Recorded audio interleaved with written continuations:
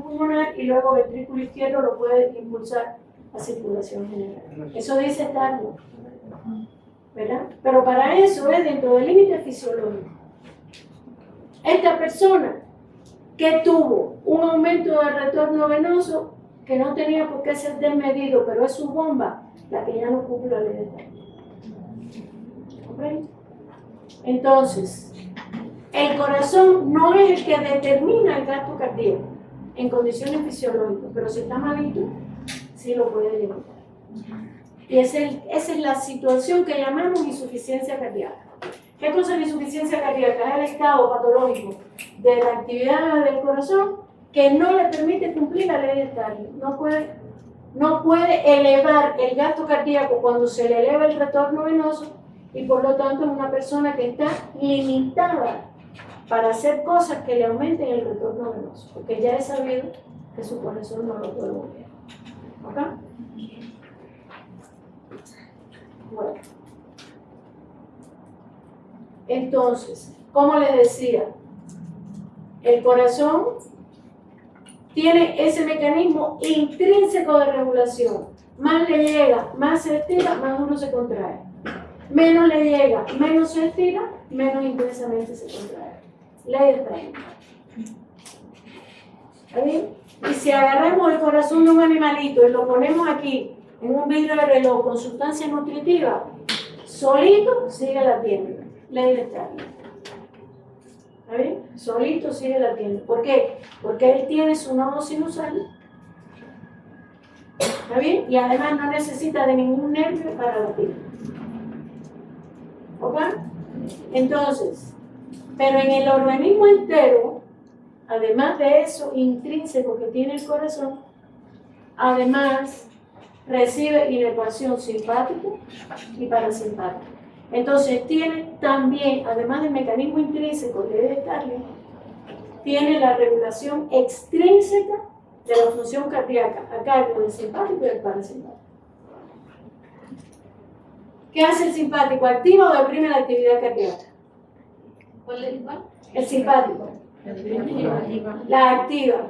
Aumenta la fuerza de contracción aumentando el volumen sistólico y aumenta la frecuencia cardíaca. Por lo tanto, la estimulación simpática actuando sobre el corazón provoca un aumento de gasto cardíaco porque aumenta las dos variables de las cuales el gasto cardíaco depende. La inhibición simpática provoca lo contrario, ¿verdad? Provoca lo contrario. ¿Y el parasimpático qué hace? Tiene un efecto inhibitorio sobre la función cardíaca. ¿Actúa sobre las dos variables?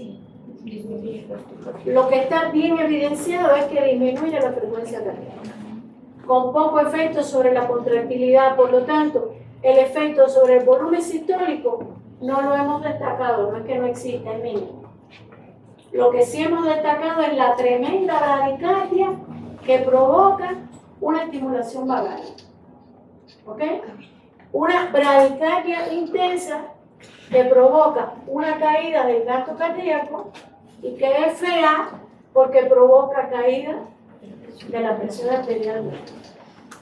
Y usted se puede morir en el curso de una crisis vagal. ¿Ok? Porque deprime tanto la frecuencia cardíaca que le puede provocar un paro cardíaco. ¿Cuándo podemos sufrir una crisis vagal? Ojo con esto, ojo con esto. Por ejemplo, frente a un dolor visceral intenso. Frente a un dolor, por ejemplo, una distensión de un ácido intestinal por acumulación de gases, por una infección bacteriana intestinal, qué sé yo, que puede provocar una bradicardia. ¿Ok? Entonces, recuerden eso, el efecto básico del parasimpático es disminución importante de la frecuencia cardíaca, por lo tanto, con caída del gasto y caída de la presión arterial. ¿Sí? ¿Preguntas? Yo me lo sé bien. Lo que yo quiero saber es si me lo pueden explicar. Si pueden responder preguntas que tengan que ver con esto. Todas las tienen en las guías. Todas. ¿Ok? Bueno.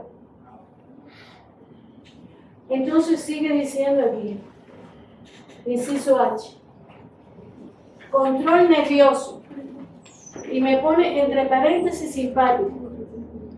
¿Por qué precisa que es simpático? Cuando habla de control nervioso, de la distensibilidad y la capacitancia. Correcto, ¿verdad?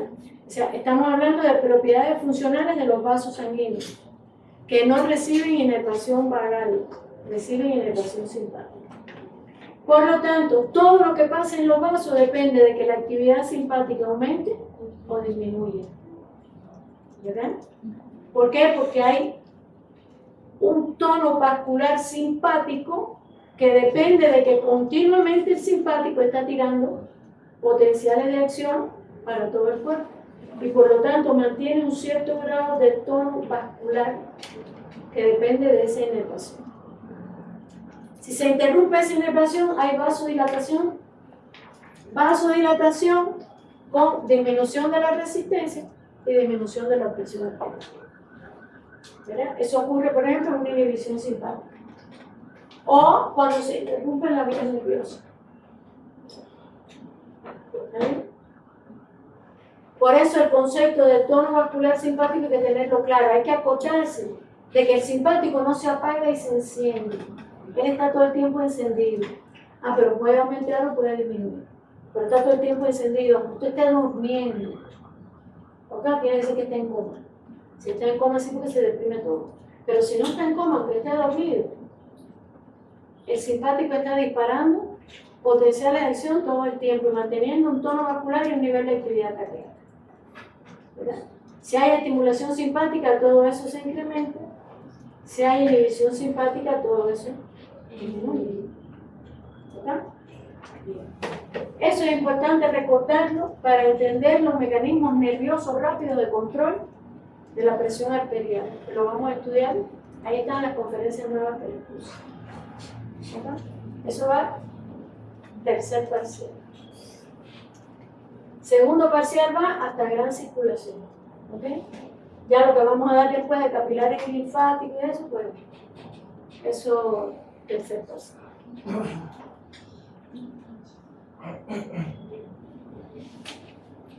Bueno. Entonces, dice aquí control simpático de la intensibilidad de la capacitancia. Recuerden que la capacitancia depende de la intensibilidad. El control simpático, ¿qué hace? Aumenta la actividad del músculo.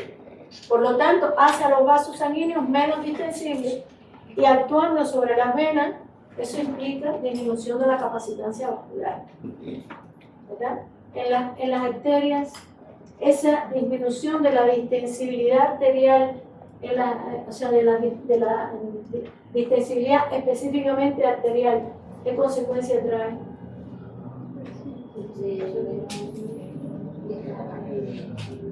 ¿Qué variable es la que está todo el tiempo afectada por el tono vascular arterial? El flujo indirectamente. ¿Por qué? ¿Cuál es la directa que se modifica? ¿De qué depende el flujo sanguíneo de los tejidos? ¿De qué presión? De la presión arterial. ¿Está bien? Entonces, esta misma disminución de la distensibilidad que produce el simpático, actuando sobre las venas, disminuye capacitancia y presión media y eleva presión media de llenado. Pero actuando sobre las arterias lo que hace es elevar la presión arterial. Y actuando sobre las arteriolas lo que hace es aumentar la resistencia. ¿Está bien? Entonces ese pensamiento tiene que estar claro. Es la misma actividad simpática vasoconstrictora. Que aumenta la presión, aumenta la resistencia, disminuye capacitancia y aumenta la presión media de llenado. ¿Está bien? Dime. ¿Todo bien, chicos? Entonces,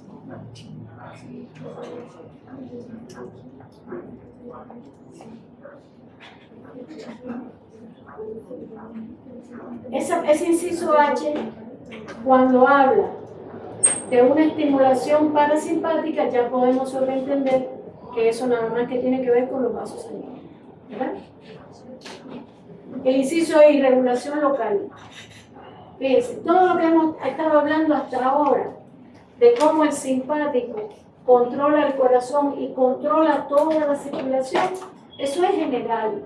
Cuando el simpático dispara, dispara completo. Y por lo tanto afecta todos los tejidos donde hay inervación simpática vasoconstrictora. Y además los grandes vasos, arterias y venas. ¿Ok?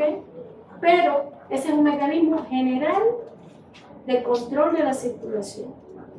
Además de eso, cada tejido tiene su propio mecanismo local de regulación del flujo sanguíneo. ¿Está bien? Entonces, una cosa es regulación general a cargo del simpático y otra cosa es regulación local que lo hace cada tejido independientemente. ¿Ok? Y ahora, ¿por qué no me borran? Es que hay que darle más presión, fíjate. Si le doy poca presión, escribe. Y si le doy más presión, borra.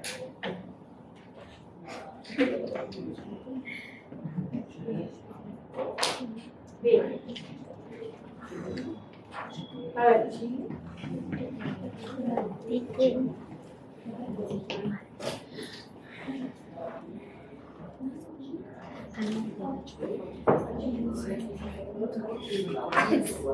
¿Qué cosa hace el mecanismo de autorregulación local del flujo sanguíneo en cada uno de los tejidos?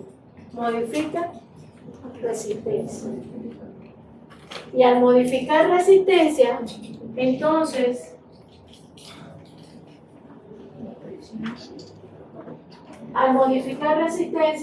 modifica el flujo sanguíneo que recibe ese tejido.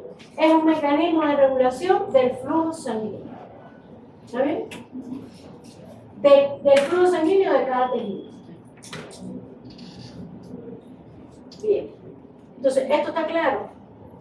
No me importa lo que haga ese mecanismo sobre la presión arterial, porque no tiene nada que ver con la regulación de la presión arterial. De hecho, cuando los tejidos regulan su flujo sanguíneo a partir de modificar su resistencia, la suya, eso influye sobre la resistencia total e influye sobre la presión arterial para desajustarla. Más todavía, no para ajustarla. ¿Está bien? Entonces, este mecanismo de regulación local del flujo sanguíneo que lo hace a partir de modificar la resistencia puede ser a corto plazo,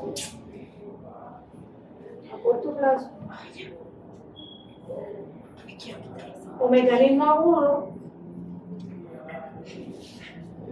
o a largo plazo.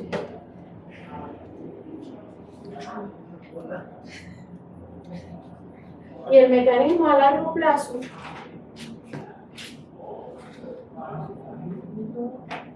este mecanismo, el de corto plazo, nada más que funciona por cierre o apertura de la microcirculación, o sea, los vasos de resistencia o se abren o se cierran, ¿verdad? Arteriolas y metarteriolas, que son las que le dan paso a la red capilar, que es la que nutre cada tejido. Entonces, es solo eso, contracción o relajación de los vasos de resistencia. Cuando se contraen, aumenta la resistencia. ¿Y qué le hace al flujo sanguíneo? Lo disminuye. Cuando se contraen los vasos sanguíneos y aumenta la resistencia, el flujo disminuye. Y cuando los vasos sanguíneos se dilatan, disminuye la resistencia y aumenta el flujo sanguíneo. ¿Vale? Así que el mecanismo este a corto plazo es nada más que eso. Contracción o relajación de la microcirculación lo hace el propio tejido para ajustar su flujo sanguíneo a su demanda de oxígeno, a su necesidad metabólica. Y eso es lo que pasa cuando estamos parados aquí y de pronto empezamos a caminar. Lo que pasó ahí es una simple vasodilatación, ¿verdad? Una vasodilatación. O si me mando a correr, más vasodilatación todavía. ¿Por qué? Porque se instala una deuda de oxígeno ahí en el tejido y entonces ocurre vasodilatación de las arterias, aumenta el flujo y repone el aporte de oxígeno. ¿Está bien? O al revés, si estoy corriendo y de pronto me paro, a los pocos minutos ya ocurrió lo contrario, ¿verdad? En cuanto el flujo sanguíneo fue excesivo para la actividad metabólica que ahora tiene el tejido, los vasos se cierran y el flujo sanguíneo aumenta. ¿Eso se entiende? Corto plazo, cuestión de minutos. Pero si yo todos los días hago ejercicio, por ejemplo, si todos los días corro, mis músculos van a tener no solo esta respuesta que la siguen teniendo, van a tener esta otra. Y esta otra consiste en que hay cambio en la vascularidad. Tenían que haber leído el libro para ver todas las sustancias angiogénicas que se describen, o sea, las cosas que libera el tejido y que provocan que sus vasos sanguíneos crezcan, que aumenten el número, en calibre, ¿sí? Entonces, un tejido sometido crónicamente a un aumento de la actividad metabólica, le crecen los vasos sanguíneos, se vasculariza mucho. ¿Está bien? Un tejido crónicamente sometido a una baja actividad metabólica, los vasos sanguíneos se reducen, tienen poca vascularidad. ¿Ok? Esto se aplica para el entrenamiento deportivo y se aplica para la rehabilitación de los pacientes que han tenido infarto de miocardio, por ejemplo. Porque usted lo somete entonces, lo saca de su vida sedentaria, que es la que lo llevó a tener una vascularización coronaria mínima, lo pone a hacer ejercicio físico todos los días y eso le provoca un crecimiento de la red vascular coronaria y le previene un infarto grande en otro momento. ¿Se da cuenta? Porque como tiene mucha vascularidad, aunque se le tupa un vasito, le quedan otros por ahí que están sufriendo el riesgo sanguíneo. ¿Eso se entiende? ¿Sí? Bien. Entonces, implica crecimiento o desaparición de vasos sanguíneos. Nada más que conlleva cierre o apertura. ¿Ok? Este es un mecanismo que se despliega máximamente en minutos. Esta lleva días, semanas, meses, años. ¿Ok? ¿De acuerdo? Este tiene un efecto transitorio, este tiene un efecto permanente. Y cada vez que los vasos crecen, crecieron, ahí están. O si desaparecen, desaparecieron. ¿De acuerdo? Entonces, insisto en que son mecanismos de regulación del flujo sanguíneo a través de cambio de resistencia. ¿Por qué? Porque este está claro, pero lo que hace es crecer redes vasculares, ¿verdad?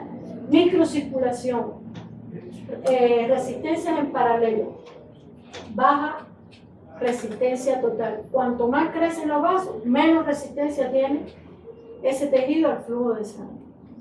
¿Ok? ¿De acuerdo? Bueno. Entonces, este mecanismo lo estudiamos en dos situaciones, que son las que se dan en la práctica. Uno, cuando el tejido cambia el metabolismo, lo que acabo de explicar, y el otro es cómo él opera cuando el flujo sanguíneo, cuando la resistencia no está variando porque cambió la actividad metabólica, sino lo que está cambiando primariamente es el flujo sanguíneo porque hubo un cambio de presión arterial que le impuso a los tejidos un aumento de flujo sanguíneo. ¿Está bien? Entonces, si a una persona se le eleva la presión arterial y por lo tanto le está llegando a su tejido un flujo sanguíneo mayor que el que el tejido pidió, el tejido responde con una vasoconstricción y el exceso de flujo que le está llegando es lo regular. ¿Está bien? Si por el contrario la persona tiene una caída de presión y le empieza a llegar menos flujo sanguíneo al tejido que el que él requiere, él responde con una vasodilatación. Y así él resuelve su flujo sanguíneo. ¿Está bien? Hasta ahí lo voy a dejar. Ya después voy a volver a tomar cómo eso modifica la presión arterial. Entonces hay que estar claro que cuando el tejido requiere de un mayor o menor flujo según su actividad metabólica, la regulación local responde modificando resistencia. Pero si el cambio primario no es del metabolismo del tejido, sino el de la presión arterial media, que le impone un flujo o muy alto o muy bajo, el tejido también responde. Cualquiera que sea la circunstancia, el tejido va a estar respondiendo para ajustar su flujo sanguíneo a su necesidad metabólica. ¿Ok? Entonces, está claro, es fácil entender que si el flujo sanguíneo se va por arriba de la necesidad metabólica, la respuesta es de vasoconstricción, que baja el flujo sanguíneo al nivel requerido. O, si la presión arterial cayó, la respuesta es de vasodilatación para llevar el flujo sanguíneo al nivel requerido. ¿Está bien? Así de sencillo. Es nada más que un pequeño razonamiento que hay que hacer para entender cómo el vaso o se cierra o se abre, respondiendo a la necesidad metabólica del tejido. ¿Ok? Bien.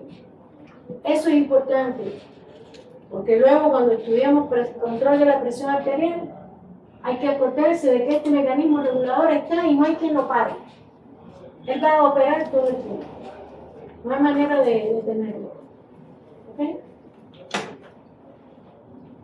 Así que entonces la regulación local está ahí bien clarita, por ajuste ante cambio de la actividad metabólica, por ajuste de cambio del flujo sanguíneo secundario a cambio de presión arterial, y entonces precisar en los dos casos anteriores cómo la respuesta. Ya lo hicimos.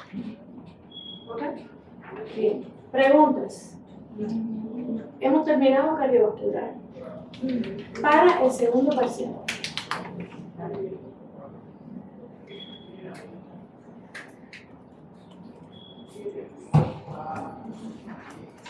Valentina, relájate porque no sientas el calor. Cuando uno se relaja, baja el tono muscular y entonces hay menos producción de calor y uno siente menos calor. ¿Ok? O sea, la producción de calor del cuerpo depende de la... ¿Ustedes estudiaron tejido adiposo en algún momento? Sí. Y vieron que hay varios tipos de tejido adiposo y que hay uno, sobre todo, que es el que más fácilmente se degrada para... O sea, y produce calor. ¿Estudiaron algo de eso? Sí. Bueno, pero el cuerpo genera calor por la degradación de ese tipo de tejido adiposo y por el tono muscular que genera producción de calor. Cuando uno se relaja, la producción de calor baja y uno siente menos calor. Porque en realidad la temperatura corporal aumenta. ¿Ok? Bueno, entonces, ¿me puedo ir de cardiovascular? ¿Qué nos queda? Lo poquito que quedaba de defensa, de sangre. Nosotros en sangre estudiamos primero glóbulos rojos. Ah, una cosa que les iba a preguntar. A ver, vamos a ver quién me responde esta pregunta. Hay que pensarla. A ver. Ya vimos la importancia de la viscosidad de la sangre para la resistencia al flujo de sangre en los tejidos, ¿verdad? ¿Sí? Bien. ¿Qué? Si la viscosidad de la sangre aumenta, ¿eso favorece o dificulta el flujo sanguíneo en los tejidos? La dificulta. Entonces, un sujeto que tiene una anemia severa, con un bajo conteo de glóbulos rojos, ¿cómo será la viscosidad de su sangre? ¿Alta o baja? Baja, muy baja. ¿Cómo será la resistencia al flujo de sangre en los tejidos de esa persona? Baja. ¿Cómo estará el flujo sanguíneo en los tejidos de esa persona? ¿Disminuido o aumentado? Disminuido. Si tiene la resistencia baja. Si tiene la resistencia baja, ¿Se dan cuenta? Entonces, no pierdan de vista eso. Cuando una persona tiene una anemia severa, eso provoca disminución de la viscosidad de la sangre, eso provoca disminución de la resistencia periférica por disminución de la viscosidad, y eso impone un flujo sanguíneo aumentado en los tejidos. ¿Está bien? Los tejidos responden entonces con autorregulación. ¿Ok? ¿Y qué hacen? Por un lado la viscosidad ha bajado y eso favorece el flujo, pero por otro lado, en cuanto el flujo está excesivo, los tejidos responden con vasoconstricción. ¿Ok? Mientras eso está equilibrado, o sea, la resistencia disminuida por la baja viscosidad, pero aumentada por el mecanismo de regulación local, no pasa nada. Está regulado. Pero si la anemia es muy severa, el cierre vascular tiene un límite. ¿Se dan cuenta? Tiene un límite. No es infinito porque el tejido está demandando oxígeno y tiene que mantenerse un cierto nivel de flujo. Puede ocurrir que sea tan baja la resistencia por causa de la viscosidad baja, que aumente el flujo sanguíneo en todos los tejidos, que ya la respuesta local no la pueda regular y que provoque entonces un aumento del retorno venoso. Esto no es para el examen.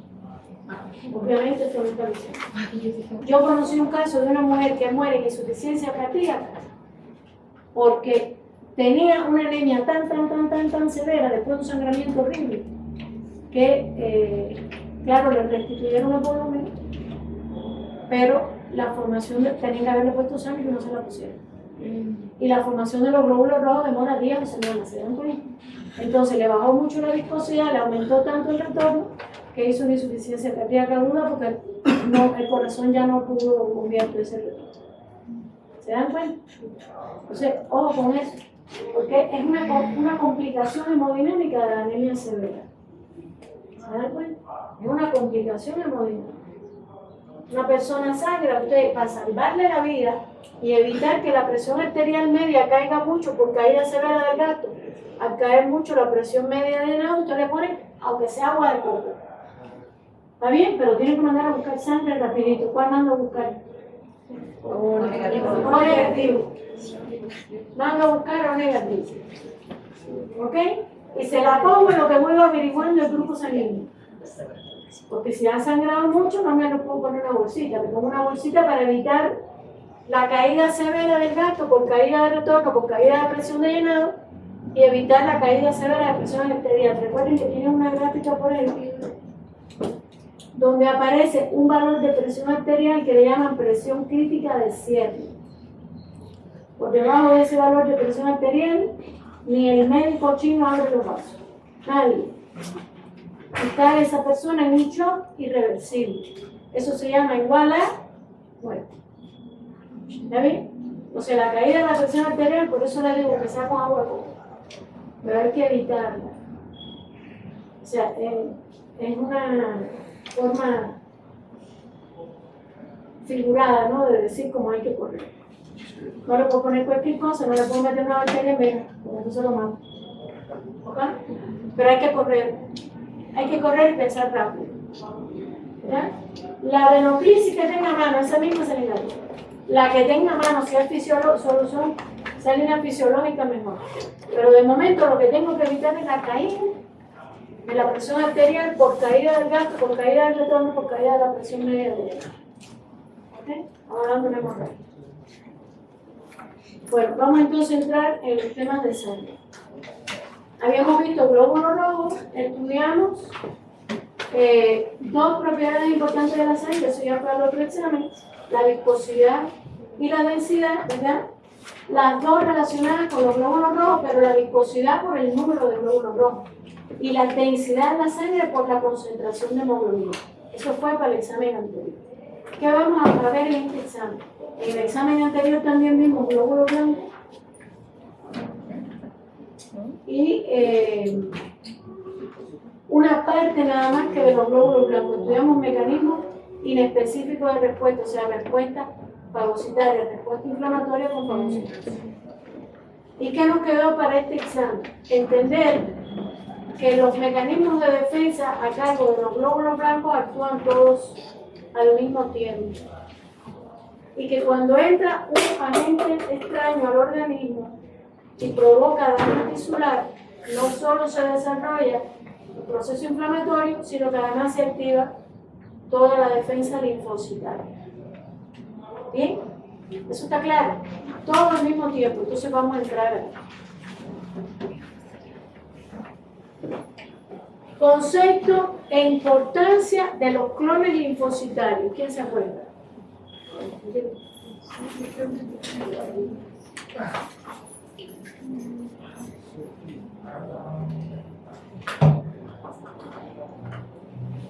Fíjense, este no es momento de tomar nota, es momento de pensar. Hay que buscar allá adentro qué dijo la profe de clones linfocitarios en la conferencia, qué tengo en la presentación, qué cosa he anotado como 350 veces. ¿Sí? ¿Qué son los clones linfocitarios?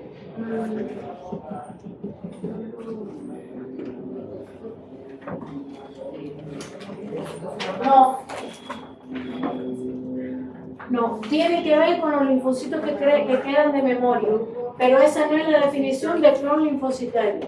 Pero ni fuera una respuesta específica de la Sí, pero no es la definición. ¿Qué cosa es un clon linfocitario? Tiene que, fíjate, eso está más cerca de la definición que lo que dijo ella, pero no está completa. Dice población de linfocitos B. Es una población específica de linfocitos B o T. ¿Verdad? ¿De qué depende los clones linfocitarios que tenemos? ¿Cuándo los tenemos? ¿Cuándo los adquirimos?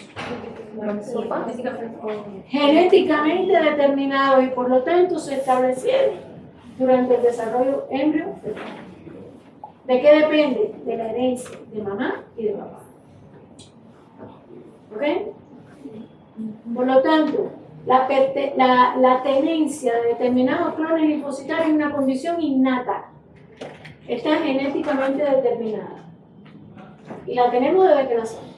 Entonces, ¿cómo se entiende eso? Son pequeñas poblaciones de linfocitos B o T de los dos tipos que se formaron en la médula ósea, que después poblaron o el timo o el tejido linfoide o el hígado y se diferenciaron en linfocitos T y linfocitos B.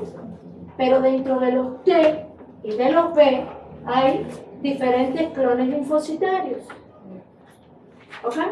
Entonces, cuando nosotros nacemos, tenemos una batería de clones linfocitarios de tipo B y de tipo T. ¿Qué importancia tiene eso? Que entonces tenemos un repertorio de células de defensa específicas para toda esa gama de antígenos, de elementos extraños. Si tengo 42.000 clones linfocitarios, me puedo defender contra 42.000 antígenos. ¿Está bien? Ese es un número X, yo no sé ni siquiera si es cierto. ¿Está bien? Pero la idea que tiene que estar clara es que el clon linfocitario es la población específica de linfocitos T que tienen capacidad para actuar contra un antígeno en particular, con un antígeno específico. ¿De qué depende? Bueno, pues de la interacción molecular entre ese antígeno y la célula linfocitaria de que se trata. Pero ellos responden de manera diferente. ¿Verdad? Entonces, cosas que tienen que ver con los clones linfocitarios, esta especificidad. Cuando entra un antígeno que es específico para un clon linfocitario, ese es el que entonces se va a responder. ¿Y cómo responde? Como decían por aquí. Prolifera, se multiplica y sale a interactuar, una parte de esa población ahora aumentada, sale a interactuar con el antígeno y la otra se queda ya como célula de memoria en el tejido linfoide. Esa es la respuesta inmune primaria. ¿Verdad? Y esa reserva del clon en el tejido linfoide es lo que permite que en un segundo contacto con ese antígeno, la respuesta tenga 3 características: más rápida, más intensa y más duradera. ¿Está bien? ¿Qué cuál? Que la primaria. La respuesta inmune primaria fue primero más tardía, la secundaria es más rápida. Segundo, limitada, la secundaria es más intensa. Tercero, la primaria es efímera, pero la secundaria es más duradera. Puede durar meses, años o incluso toda la vida. ¿Está bien? Y ustedes lo saben porque la vacuna lo que hace es provocar una respuesta inmune primaria si no he tenido contacto con ese germen y dejarme entonces con células de memoria. Y si entro en contacto con ese germen, ya yo puedo producir una respuesta secundaria que, como es más rápida, más intensa y más duradera, es seguro que se lo lleva, o casi seguro, por lo menos más seguro que la respuesta primaria, que es más tardía, da tiempo a que el germen se prolifere, se disemine. ¿Se dan cuenta? O sea, nos defendemos mejor con una respuesta inmune secundaria que con una primaria. ¿Eso está claro? Entonces, hay 2 tipos de respuesta inmune: humoral y celular. Cada una corresponde a un tipo de linfocito diferente. ¿Quién hace una y quién hace la otra?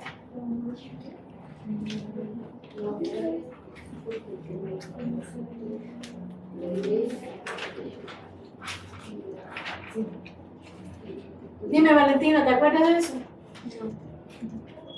¿Quién se acuerda? Por aquí Valeria tiene una respuesta. ¿Quién más me dice? Respuesta inmune, humoral y celular. ¿Qué tipo de linfocito está con cada un tipo de célula respuesta? Correcto. Los linfocitos T dan respuesta inmune celular porque ellos mismos son los que van. Y el linfocito B da respuesta humoral porque es lo que hace es transformarse en célula plasmática y la célula plasmática producir anticuerpos que son globulinas plasmáticas. ¿Está bien? Y por eso se llama respuesta humoral. ¿Ok? Bien. Entonces ahí viene mecanismo de acción de los anticuerpos, directo o indirecto, y mecanismo de acción de los linfocitos T. ¿Quién me lo dice? Fíjense que estoy nada más que puntualizando las cosas súper esenciales. Mecanismos de acción de los anticuerpos.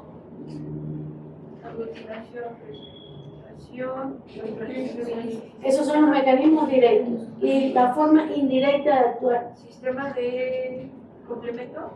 Activación del sistema de complemento.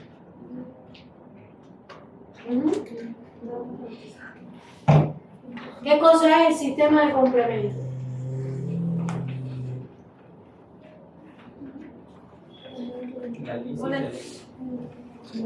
Sistema de complemento. ¿Qué cosa es? ¿La lisis? No, estoy preguntando, no qué efecto provoca la activación del sistema de complemento, sino qué cosa es el sistema de complemento. ¿Qué cosa es?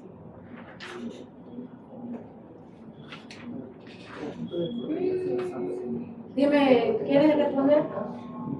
Conjunto de proteínas en la sangre. El sistema de complemento es algo que tenemos en nuestra sangre. Es un, ¿cómo? Un antígeno para un antígeno. No, fíjate. Lo que pasa es que el sistema de complemento está inactivo en el plasma, está ahí. Todos los componentes de esa cadena enzimática están ahí, en el plasma, pero están inactivos. Entonces, ¿cuándo se activa? Cuando se une un antígeno con un anticuerpo específico, anticuerpo que viene de los linfocitos B, y esa unión antígeno-anticuerpo que está ocurriendo en la sangre activa el sistema de complemento. Y entonces, cada una de las enzimas que conforman el sistema de complemento, al activarse, da una respuesta, produce un efecto. ¿Está bien? Y cuando ustedes miran, yo nunca les pedí porque yo no me lo sé de memoria, ni lo quiero saber de memoria, pero yo sé que según se van activando secuencialmente, esas enzimas plasmáticas activadas provocan un incremento de la actividad inflamatoria. Todos los componentes del sistema de complemento cuando se activan son proinflamatorios y además favorecen la fagocitosis. Por lo tanto, el linfocito B, además de tener esos mecanismos específicos de respuesta, aglutinación, precipitación, neutralización y lisis por los anticuerpos, además, esos anticuerpos unidos a los antígenos activan el sistema de complemento y por lo tanto ahí veo cómo la respuesta inmune humoral producida por anticuerpos de los linfo B, además activan la respuesta inespecífica inflamatoria con fagocitosis. ¿Está bien? ¿Se entiende? ¿Quién hace la fagocitosis? Los que ya sabemos, los neutrófilos y los macrófagos. ¿Está bien? Entonces, esa es una respuesta poderosa de los anticuerpos que no solo neutralizan o precipitan o lisan los elementos donde vienen los antígenos, sino que además de eso activan toda la fagocitosis. ¿Está bien?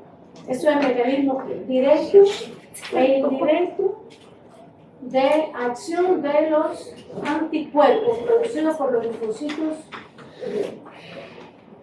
Bueno, ¿y los linfo T qué? ¿Cuántos tipos de linfo T hay?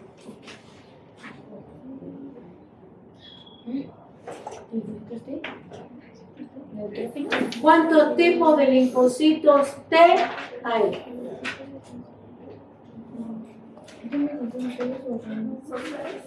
¿Qué estás haciendo con el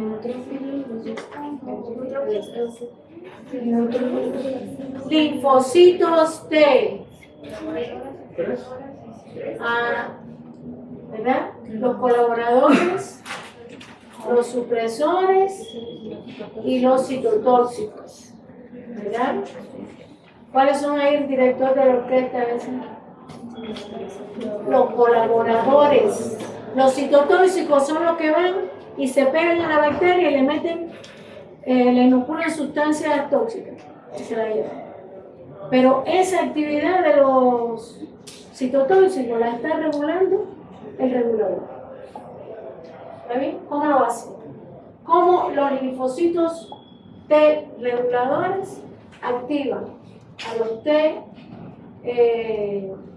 citotóxicos, a los T supresores y además activan a los linfocitos B con todo lo que ya vimos de los linfocitos B? Mediante linfoquinas, ¿verdad? Son moléculas que él produce y que tienen ese efecto activador sobre los linfo T supresores, sobre los linfo T citotóxicos, sobre los linfocitos B. ¿Ok? Y entonces, el linfocito T regulador es súper poderoso porque lo activa todo. ¿Está bien? Fíjense que son células morfológicamente iguales, funcionalmente diferentes. Si yo al microscopio no puedo distinguir un linfocito de otro. Es funcionalmente como yo se dice.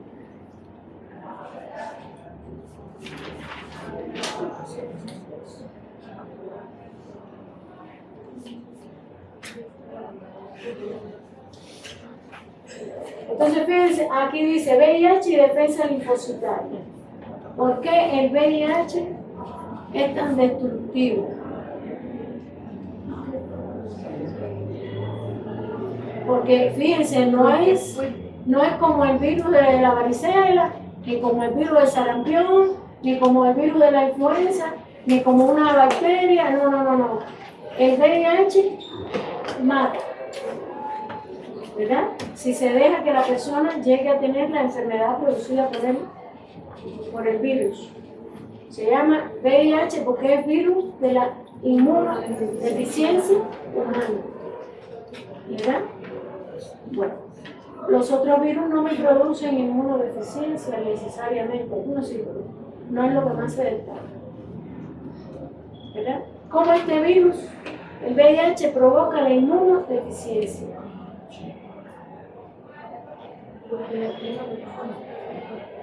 Correcto. Va directo contra los linfoT colaboradores. Y entonces, al ir directo contra los linfoT colaboradores, desintegra todo el mecanismo de defensa. ¿Se dan cuenta? Porque es que los T reguladores son los reguladores. Y al ir el VIH contra el linfocito T regulador, suprime toda su producción de linfoquinas y por lo tanto suprime o reduce, deprime mucho todo lo que él normalmente hace, que es activarlo todo. ¿Está bien? ¿De acuerdo? Sí. ¿Se entiende? Entonces, ya, terminamos el linfocito y nos queda el grupo sanguíneo. Del grupo sanguíneo vimos bien cómo investigo el grupo sanguíneo que tiene una persona. ¿Quién no lo sabe y no lo entiende todavía? Grupo sanguíneo, determinación del grupo sanguíneo. ¿Quién tiene dudas con eso todavía? ¿Quién tiene dudas? Después en el examen, porque ahí están las preguntas del grupo sanguíneo, determinación del grupo sanguíneo, en el práctico. Y en el teórico viene a qué grupo sanguíneo pertenece una persona que tiene tal característica. ¿Ok? Son las dos preguntas opuestas. Una es cómo determino un grupo sanguíneo y el otro es qué tiene cada persona en sus glóbulos y en su plasma por pertenecer a un determinado grupo sanguíneo del sistema ABO y del VIH. ¿Está bien? La determinación del grupo sanguíneo ya la repasamos. Vamos a empezar entonces a repasar lo que falta del grupo sanguíneo.